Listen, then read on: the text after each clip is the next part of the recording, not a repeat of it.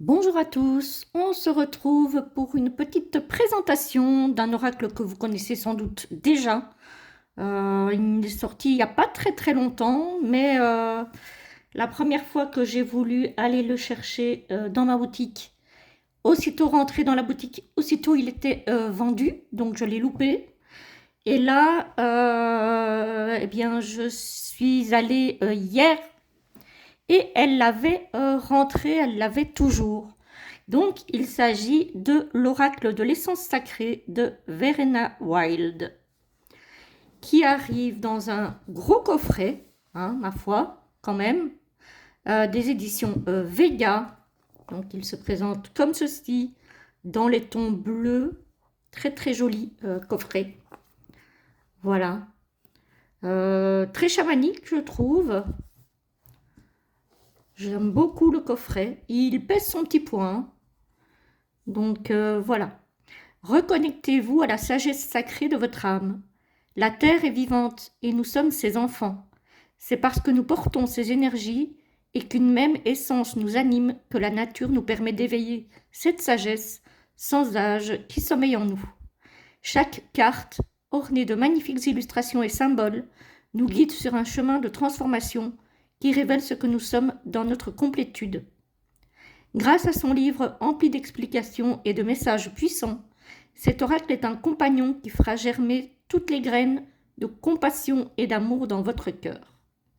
Ce coffret contient un livre de 284 pages tout de même, hein, en couleur, 64 cartes lumineuses et un sac satiné pour les protéger.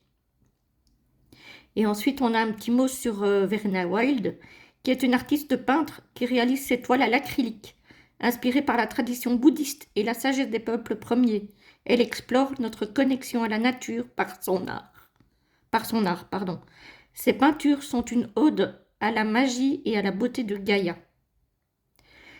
Et il est au prix de 28 €. On va ouvrir cette petite merveille. Enfin, quand je dis petite, c'est relatif, hein. Il y a de l'ombre. Voilà, le coffret est donc bleu. Ah, il fait moche aujourd'hui, hein, les amis. Donc, franchement, c'est un petit peu compliqué, hein. Voilà, le livre. Effectivement, c'est un livre, hein. Voilà l'épaisseur tout de même. Hop. Voilà, donc on a un sommaire avec une introduction, comment utiliser cet oracle. Donc ça, je vais dire c'est classique.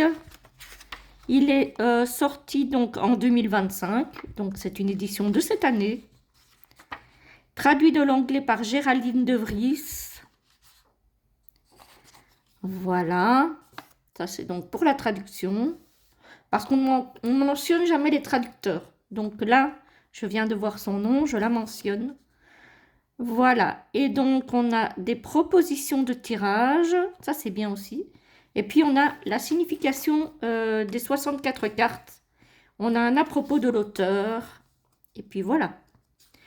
Introduction, bienvenue sur ce chemin d'exploration, de souvenirs et de connexion profonde. Cet oracle vous invite à un voyage pour revenir à vous-même, à la terre et à la sagesse sacrée qui habite notre âme. Nés de la terre, nous portons ces énergies en nous. Des énergies qui attisent de profonds sentiments, éveillent des graines de potentiel endormies et nous guident pour revenir à la complétude. L'importance du chemin créatif. Comment utiliser cet oracle? Suggestions de réflexion. Ça, c'est bien aussi, avec des questions à se poser. Voilà, c'est bien, je trouve. Les propositions de tirage. Tirage à une carte, c'est le tirage graine de sagesse. Le tirage à 3 cartes, c'est le tirage de l'arbre. Encore un tirage à 3 cartes, le tirage du papillon. Le tirage à 4 cartes, tirage des saisons. Et pour terminer, cet oracle vous invite à écouter votre propre sagesse. Il n'a pas vocation à prédire votre avenir. Il est là pour vous guider vers les réponses qui existent déjà en vous. Au fur et à mesure que vous travaillerez avec cet oracle, faites confiance, pardon, au message de votre âme et laissez votre intuition forger votre expérience. Laissez chaque carte vous aider à revenir à la compréhension que vous faites partie de quelque chose de vaste et d'interconnecté, une toile riche de vie et de conscience. Puissent ces cartes devenir des compagnons sur votre chemin et vous offrir éclairage, soutien et inspiration lorsque vous en avez besoin. Ensuite, on a les significations des cartes avec le numéro, le nom, les mots-clés, le message, la carte en couleur et en pleine page. Ça, c'est chouette. Et on a quand même pas mal de texte. Hein. Et ensuite, on a intuition de votre âme dans un petit encadré. Voilà. Et on a ça pour toutes les cartes. Et je trouve que les peintures sont magnifiques. Effectivement, il est très très chamanique. Hein, voilà. Ouais, j'aime beaucoup, j'aime beaucoup. Voilà pour le bouquin, les amis. Voilà, il y a pas mal d'infos. Donc, on va peut-être se tirer une petite carte à la fin de la présentation. Alors, les cartes sont dans un pochon satiné vert. Alors ça, j'aime bien parce qu'on parle quand même de Gaïa, hein, de la Terre. Donc le vert, c'est très très bien choisi. Ça change du doré qui ici n'aurait pas été très judicieux, je pense. Voilà. Donc très très bien le pochon. On a des tranches dorées. Ça par contre, pour un oracle qui parle de Gaïa, je suis pas sûre que ça soit... Après, il est raccord avec le dos, hein, mais ouais, j'aurais peut-être choisi une autre couleur. Donc voici le dos. Les cartes sont mates, elles ont tendance à courber un petit peu. Donc, mais bon, elles sont de bonne qualité sinon. Franchement, très très bonne qualité. Elles sont de taille oracle, mais pas énorme, pas géante non plus. Pas genre oracle du cercle. Si vous l'avez, vous voyez ce que je veux dire. Donc voilà. Alors, on va regarder les cartes. On a incubation. Le jaune plan. Oh, elle est belle celle-ci. Devenir un canal. Magnifique. Oh, la forêt de rêve. Ah, il est très très beau. Hein. Le pionnier du changement. Au-delà de la zone de confort.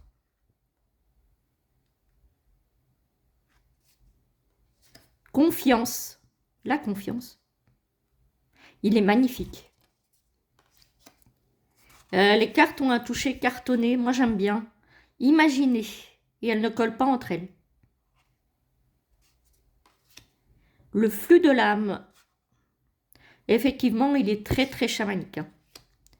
Le parent intérieur, magnifique. Sublime. Oh, la métamorphose. Ah là là, il est beau. Hein. La médecine du jaguar noir. La quête. La spirale de guérison. Sublime. J'adore. Waouh. Nous épanouir ensemble.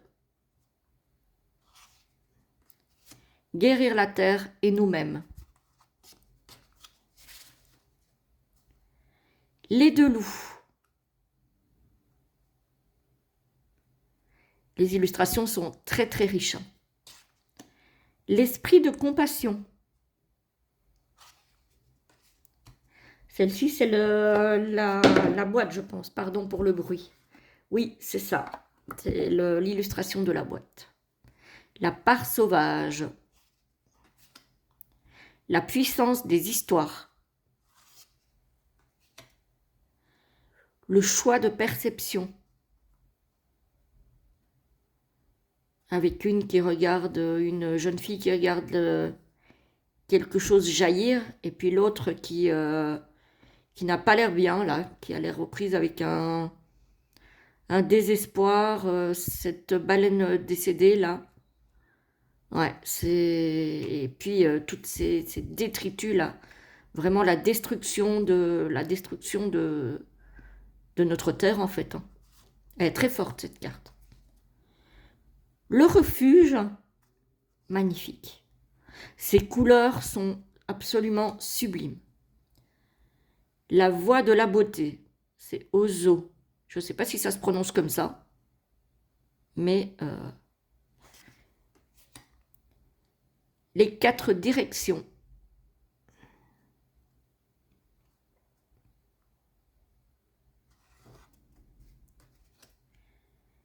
Le langage du cœur. Il me fait penser un petit peu à... Alors, peut-être à cause de ça, ici, à l'oracle d'Amaham de Stéphanie Gras. Elle avait aussi parfois ce genre de dessin. Ouais, il me fait penser un petit peu à cet oracle-là. Ah, elle est belle. Au-delà du visible. Non, mais il est sublime, cet oracle. Il est très, très beau. La libération créative. Waouh! Le guérisseur blessé. Avec, je suppose, la clé de la transformation ici. J'adore. Oh, elles sont toutes plus belles les unes que les autres. La beauté de l'ombre. Le rythme intérieur. Un pas à la fois. J'adore. J'adore. La puissance du petit. C'est vrai. C'est pas parce qu'on est petit qu'on ne sert à rien et qu'on n'a pas de poids dans ce qu'on fait de la nature. Comme on dit, c'est avec les petites gouttes qu'on fait les grandes rivières et puis qu'on fait les grandes mers, les grands océans. Voilà, l'union fait la force, comme on dit nous ici. Réensauvager la vie. Ça me fait penser à des dessins, alors un petit peu entre Lisa Hunt et Joséphine Wall. Il y a quelque chose de ces deux créatrices, je trouve. Enfin, de ces deux artistes, je trouve. La sagesse innée.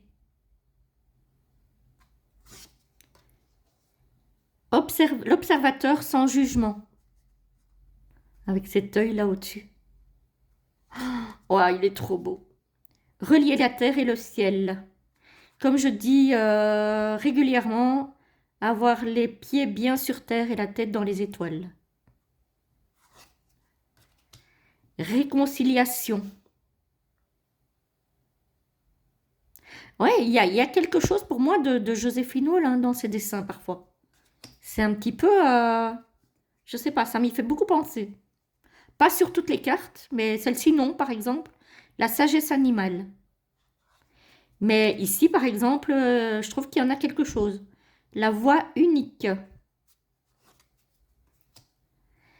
Entre rêve et éveil. Ici, je retrouve encore ces cercles-là que je vois parfois chez Stéphanie Gras, que j'adore aussi, hein. Briser les barrières. Waouh! La force de la vulnérabilité. Effectivement, la vulnérabilité n'est pas forcément une faiblesse. Ça peut être une grande force aussi. Waouh! La colère sacrée. Et encore, il n'a pas l'air si en colère que ça. Sublime. Moi qui adore les félins. Le miroir de guérison. S'ancrer en soi-même. J'adore cette image. Parce que c'est vraiment, alors s'ancrer en soi-même, c'est vraiment ici l'image de l'ancrage, hein, avec ces racines là qui sortent de ce livre pour aller s'ancrer en terre. C'est fort, hein. Il est très très fort, hein, ce jeu. Les fondations solides. Magnifique. Vous l'aurez entendu beaucoup ce mot aujourd'hui. Le pré fleuri. Quelle merveille. Sauter le pas. Fait penser au fou du tarot. Vraiment. Plonger en profondeur.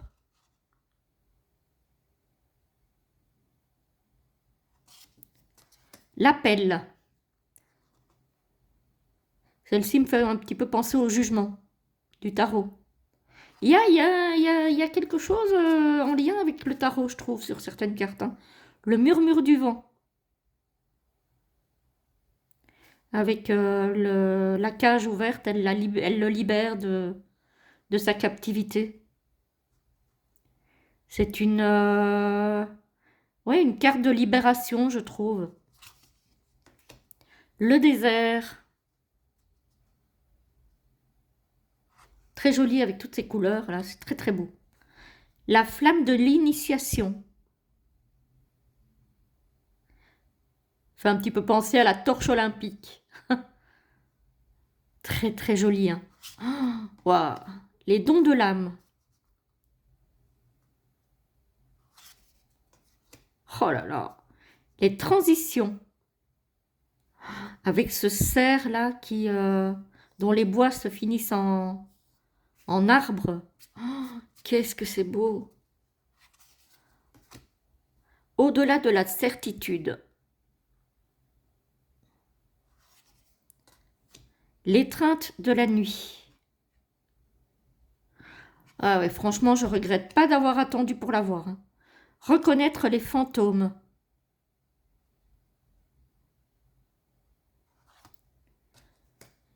Le gardien du cœur. Le monde souterrain.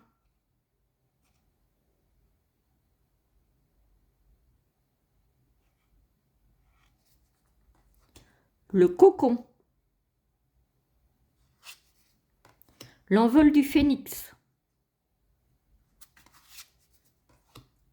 La montagne. Waouh, ces couleurs sont incroyables, incroyables de ce jeu. Je suis fan. Franchement, le futur ancêtre. Voilà pour les cartes. Alors, on va en prendre une au hasard.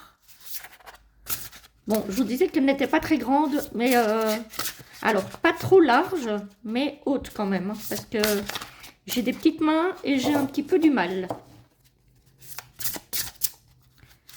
Donc, elles sont plus grandes que ce que je vous disais. À la pratique, effectivement. Alors, elles sont moins larges que celles de l'oracle du cercle, mais elles sont grandes. Elles sont hautes. Allez, on va prendre la première. Hop. Au-delà de la certitude. Et c'est la numéro 56. On va prendre le livre. Alors, 56. Hop, hop, hop. Je vous laisse la carte là. Et je vous lis le texte. Au-delà de la certitude. Alors, les mots-clés sont impermanence, incertitude, confronter la mort, faire des choix alignés. Le message de la carte. Parfois, nous sentons bien au fond de nous-mêmes que notre chemin actuel n'est pas le bon. Et pourtant, nous persistons à le suivre. Or, le fait de vivre une existence en désaccord avec qui nous sommes, véritablement crée en nous une vacuité désespérante qui nous donne le sentiment d'être piégés. Je confirme.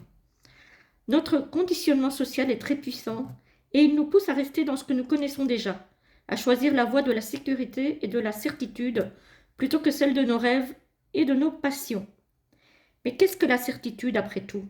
Comment pouvons-nous être certains de quoi que ce soit lorsque tout peut changer en un instant? Les bases de notre sécurité sont construites sur un terrain fragile. Cette carte nous appelle à voir, chère âme, que dans la vie, la certitude est une illusion. La seule véritable certitude est que nous serons tous confrontés à la mort un jour. C'est le cycle naturel, ni positif ni négatif de la vie. Ce message ne cherche pas à vous condamner, mais à vous soulager. À la fin de votre vie, que voudrez-vous voir lorsque vous réfléchirez à votre cheminement? De nombreux mourants regrettent non pas les choses qu'ils ont faites, mais celles qu'ils n'ont pas accomplies. Ces opportunités manquées par peur. Et si vous faisiez le choix de prendre un risque aujourd'hui et d'accueillir l'inconnu, si le résultat ne comptait pas tant que ça, rappelez-vous que ce n'est pas grave de se tromper. Autorisez-vous à essayer. La vie, voyez la vie comme un champ d'exploration. Vous avez l'opportunité de préférer la liberté à la pression sociale. Ensuite, on a le petit message intuition de votre âme. Comment pouvez-vous commencer à accueillir l'incertitude et à la considérer comme une occasion de grandir? Explorez des façons de transformer votre point de vue sur l'incertitude pour la voir comme une chance d'explorer de nouveaux possibles. Développez des stratégies pour considérer les erreurs comme des opportunités d'apprendre et de grandir plutôt que des échecs. Voilà. J'aime beaucoup les messages. Je trouve qu'ils sont très très profonds, qu'ils donnent à réfléchir. Et vraiment, je suis ravie de cet oracle que je trouve vraiment magnifique. Voilà, j'espère que cette petite présentation vous aura plu, même si vous l'avez certainement déjà vu passer ce jeu, hein, je n'en doute pas. Mais j'avais quand même envie de lui rendre hommage parce que je le trouve très très beau et très intéressant. Voilà, je vous souhaite une très belle journée. À bientôt.